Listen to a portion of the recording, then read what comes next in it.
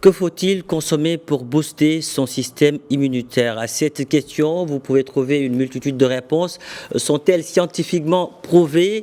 Comment distinguer le vrai du faux? C'est ce dont nous allons parler aujourd'hui dans la chronique santé avec Yasmine El-Karouni qui vient de me rejoindre sur ce plateau. Bonjour Yasmine. Bonjour Pape, tout va bien? Ça va très bien et vous? Alors Hippocrate avait dit que ton alimentation soit ton médicament. On va vérifier si en 2023 c'est toujours d'actualité, si on peut booster son immunité grâce à son alimentation en passant en revue quelques-unes des informations les plus courantes et les plus communes. Et pour cela, eh bien celui qui nous aide à décrypter tout cela, c'est le docteur Karim Louali qui est médecin nutritionniste. Bonjour docteur, merci d'être en direct avec nous de Casablanca. Comment ça va docteur? Ça va très bien, c'est un plaisir d'être parmi vous. Alors, première question justement, alimentation et immunité, est-ce qu'il y a un lien important? Bien sûr, il y a un lien très important parce que les maladies saisonnières comme la grippe, la gastroentérite, les infections respiratoires peuvent sembler incontrôlables, mais nos assiettes peuvent nous aider à éviter de les attraper ou surtout à en atténuer les symptômes. Alors justement, booster son immunité, certains disent qu'il faut manger beaucoup pour cela. Vrai ou faux, docteur Karim Louali? C'est absolument faux parce que 70% de l'immunité passe par un seul organe, notre intestin, notre flore intestinale. Donc peut-être que manger beaucoup, non, mais manger suffisamment et surtout manger les bons aliments. C'est plutôt ça. Qualité. Et c'est effectivement ça, parce qu'aujourd'hui, avec l'épidémie Covid, on l'a bien compris, à la dysbiose, les troubles de l'intestin constituent un facteur de risque d'aggravation de maladies virales.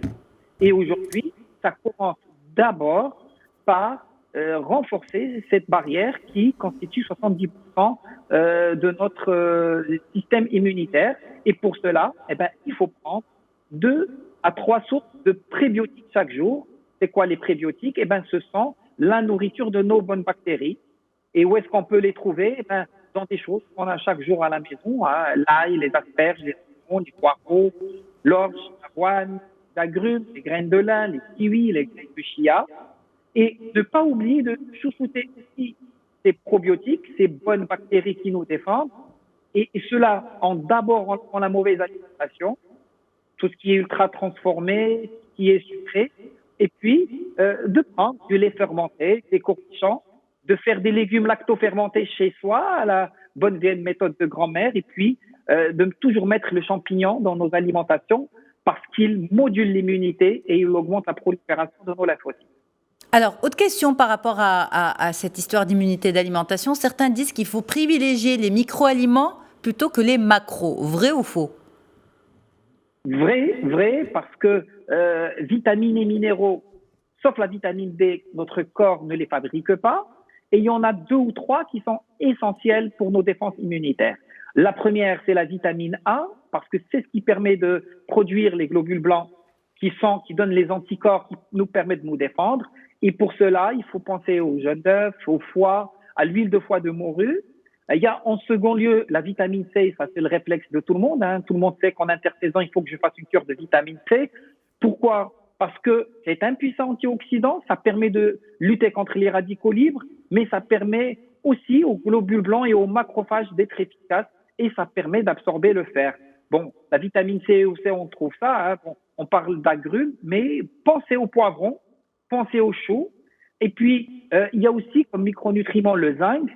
Et là, le zinc, on l'a découvert avec l'épidémie Covid, hein, un rôle très important dans l'immunité, puisque un déficit en zinc égale dérèglement de la réponse immunitaire et l'inflammation.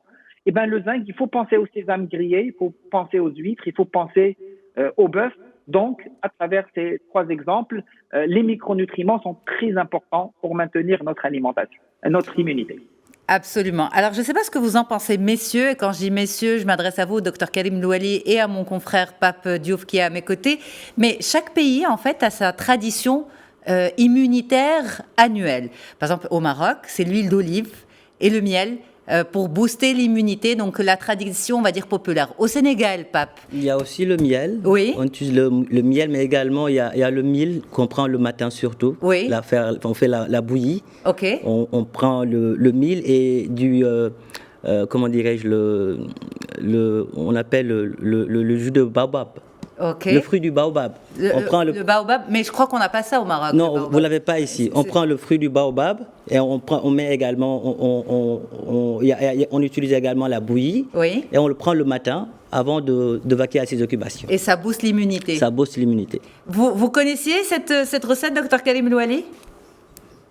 Non, je la connais pas, mais bon, chez nous, l'huile d'olive, oui, parce que c'est très riche en vertus, en antioxydants.